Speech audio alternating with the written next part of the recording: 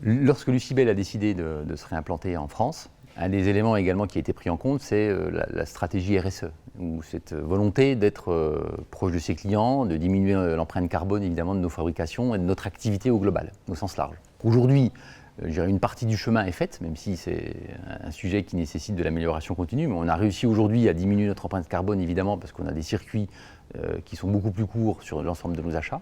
Le French Design est un laboratoire de tendance et un incubateur de l'habitat de demain.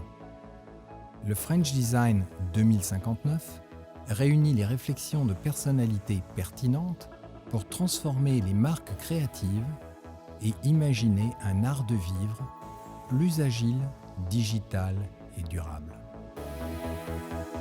French Design.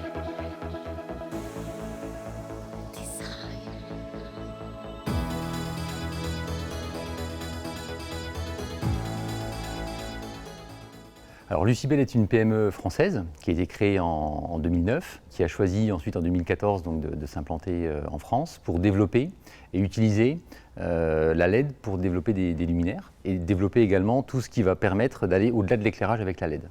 Donc nous sommes présents aujourd'hui dans 4 marchés différents. Le premier marché, c'est le marché de l'éclairage tertiaire, donc où nous concevons, développons et fabriquons des éclairages pour nos grands clients. Également les éclairages pour les grandes surfaces, alimentaires en particulier. Le secteur de la muséographie, avec une société spécialisée dans ce domaine pour mettre en valeur les œuvres d'art, avec vraiment des produits de haute technologie. Nous travaillons également sur des solutions qui permettent d'améliorer le bien-être des utilisateurs en utilisant des solutions avec la lumière LED. Donc la LED aujourd'hui a permis de faire vraiment basculer l'éclairage. La LED en fait est un composant électronique. Ça signifie qu'on va pouvoir la piloter comme on le souhaite, en jouant sur des longueurs d'onde, sur des lumières, sur des intensités. Donc aujourd'hui, utiliser la LED, ça veut dire maîtriser évidemment l'éclairage, mais ça veut dire également maîtriser l'électronique pour pouvoir développer tout un tas de nouvelles solutions. Et cela ouvre la porte évidemment à de nombreuses innovations. Et c'est un des cœurs du sujet, je dirais, pour Lucibel, c'est d'utiliser la LED pour amener de l'innovation et utiliser la LED bien au-delà de l'éclairage.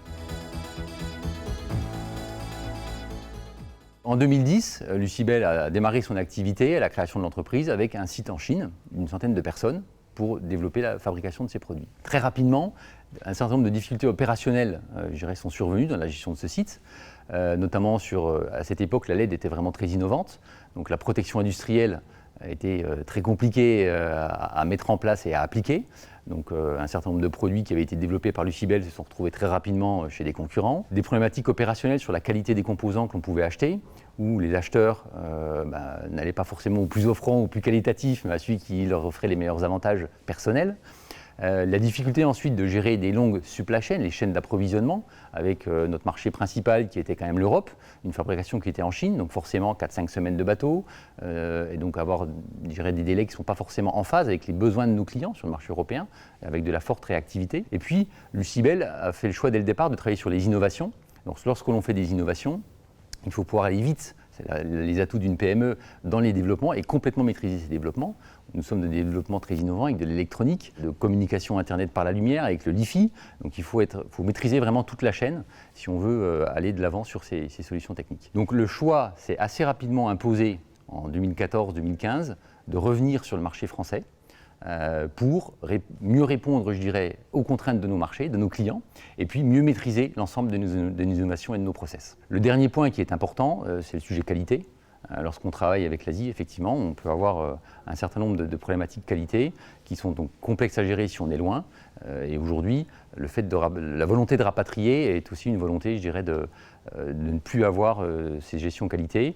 Et puis, dans une logique plus globale, il semble plus sain lorsque le marché que l'on veut adresser est le marché européen, d'avoir une usine à proximité pour pouvoir avoir un impact je dirais, carbone, travailler sur le RSE, et être aussi plus responsable finalement dans ces développements. Une fois la décision prise, il faut effectivement je dirais, repartir presque d'une feuille blanche, mais il faut trouver un bâtiment, trouver des équipes, trouver du matériel. Il faut aussi redessiner une partie des produits, parce que lorsqu'on va produire en France ou produire en Chine, il faut réussir à optimiser l'ensemble des coûts. Donc il y a une partie de redesign. Donc différentes régions ont été identifiées comme potentielles pour pouvoir recevoir Lucibel. Et assez rapidement, je dirais, des contacts se sont noués sur la région Normandie, pour le site ici où nous sommes à Barentin, avec également un partenariat avec Schneider qui a pu assez rapidement nous héberger. Nous avons pu avoir des aides également de la région Normandie pour des investissements dans le matériel et puis bénéficier d'un bassin d'emploi assez riche où nous avons pu assez facilement, je dirais, trouver les savoir-faire nécessaires pour constituer des équipes sur le site.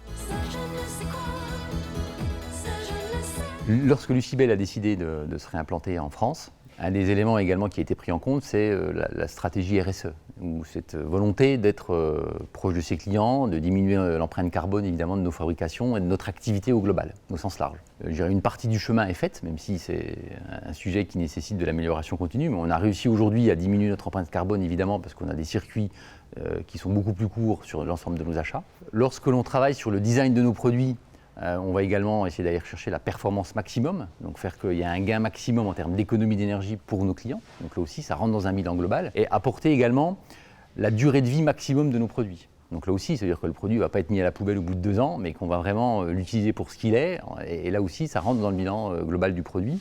L'autre aspect qui est très important, c'est que dans les développements, on va être assez strict et un peu intransigeant parfois dans nos choix de design pour vraiment choisir des composants qui permettent de recycler facilement ou des composants recyclables. Donc essayer d'avoir une approche sur l'ensemble de nos développements pour intégrer des matériaux ou une capacité en tout cas à être recyclable facilement. Ça fait partie des contraintes que l'on se donne, je dirais, en données d'entrée sur les développements produits.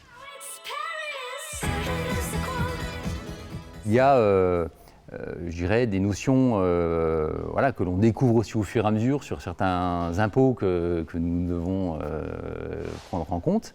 Je pense à la CVAE par exemple ou la CFE, qui sont des taxes que nous devons régler. Et puis également le fait que ce choix, même si on arrive à maîtriser du mieux possible nos coûts, en redessinant les produits, en trouvant des fournisseurs locaux, donc en réduisant les coûts de transport, on arrive globalement à une équation économique où il y a un léger surcoût sur le produit made in France par rapport à un produit chinois.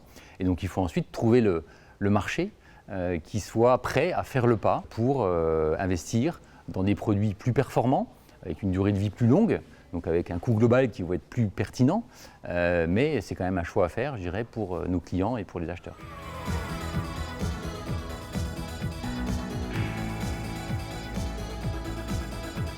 Le Made in France, depuis que nous sommes revenus en France, effectivement, c'est toujours un argument que nous avons mis en avant, de façon indiscutable. Maintenant, juste amener le Made in France pour les clients, ce n'est pas suffisant. Et en tant que client, effectivement, si on dit juste le produit est Made in France, ce n'est pas suffisant. Il faut également lier au Made in France tous les avantages qui en découlent. Une fois que l'on fait ça, ça devient un vrai argument pour le client. Donc les arguments importants, ça va être les notions de performance du produit, être capable de développer vraiment un produit de qualité qui répond bien aux attentes des clients. C'est être capable d'être flexible, pour que le client on puisse s'adapter à l'ensemble de ses besoins. C'est être capable de faire du sur-mesure. On travaille en particulier sur des projets avec des architectes où on va définir un produit spécifique pour un projet en particulier. C'est être capable d'amener des vraies innovations pertinentes pour nos clients et la qualité des produits. Si on arrive à lier tout ça au Made in France, ça veut dire que le coût global finalement pour le client va être plus intéressant et donc le Made in France ne va pas juste être un argument publicitaire, mais un vrai argument qui va permettre de le convaincre. Le bilan d'étape que nous pouvons tirer est déjà qu'il n'y a vraiment aucun regret, je pense, sur la stratégie qui a été décidée il y a maintenant quelques années, parce que cette stratégie nous a vraiment permis d'investir sur l'innovation, voilà, les solutions LiFi que nous avons développées, les solutions d'endormissement, voilà, on a vraiment pu les gérer parce qu'on avait l'ensemble de la R&D qui était ici sur place, l'ensemble de la fabrication qui était sur place. Donc je dirais par rapport à notre stratégie, vraiment aucun regret. La maîtrise de la qualité également. Aujourd'hui, les SAV, on n'a personne dans l'organisation qui s'occupe vraiment des SAV. C'est une personne qui est en production qui en plus va s'occuper des SAV. Et donc il y en a très peu.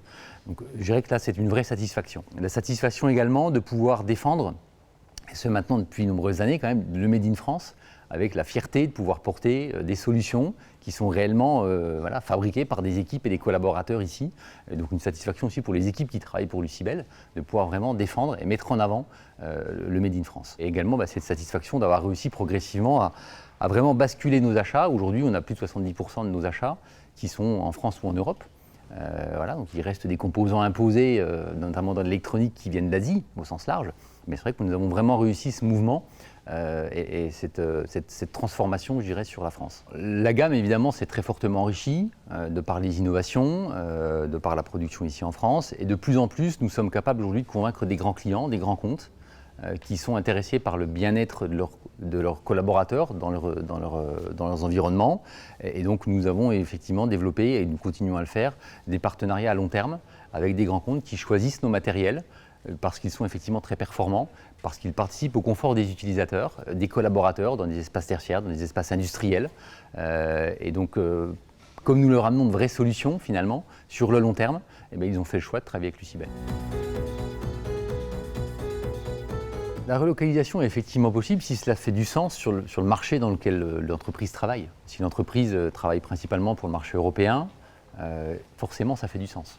Après, voilà, ça ne se fait pas en un claquement de doigts, c'est un long chemin, mais bon, comme dans toutes les entreprises, voilà, il faut croire en son projet, mais je pense que c'est effectivement possible si cela a une valeur ajoutée pour les clients et pour l'entreprise. Je pense que c'est important, je dirais, d'utiliser la France comme base principale. On arrive à y trouver les compétences. On arrive à y trouver des fournisseurs aujourd'hui dans un grand nombre de domaines. Donc je pense que ça fait partie effectivement ça peut faire partie de nombreux projets pour des entreprises qui sont en Chine aujourd'hui. La crise du Covid, il est certain qu'elle conforte, je dirais, nos choix et notre stratégie décidée il y a quelques années. On a pu le constater sur le début d'année par exemple, où un certain nombre de nos concurrents ont pu avoir des difficultés d'approvisionnement, ou des difficultés à fournir leurs clients. On a continué, nous, en janvier et février, à tourner à plein régime, même plus qu'à plein régime, pour fournir l'ensemble de nos clients sans problème de livraison. Ensuite, le Covid est arrivé en Europe. Et donc, voilà, les sujets de réindustrialisation ont été évoqués. Je ne sais pas si on a eu raison avant les autres, en tout cas, ça nous conforte dans nos choix. Ça conforte, je dirais, le discours que nous avons vis-à-vis de nos clients, vis-à-vis de nos équipes, de nos collaborateurs. Et donc, effectivement, c'est plutôt une satisfaction de voir qu'il y a un regard nouveau qui semble apparaître, en tout cas, et qui semble se faire sur le Made in France.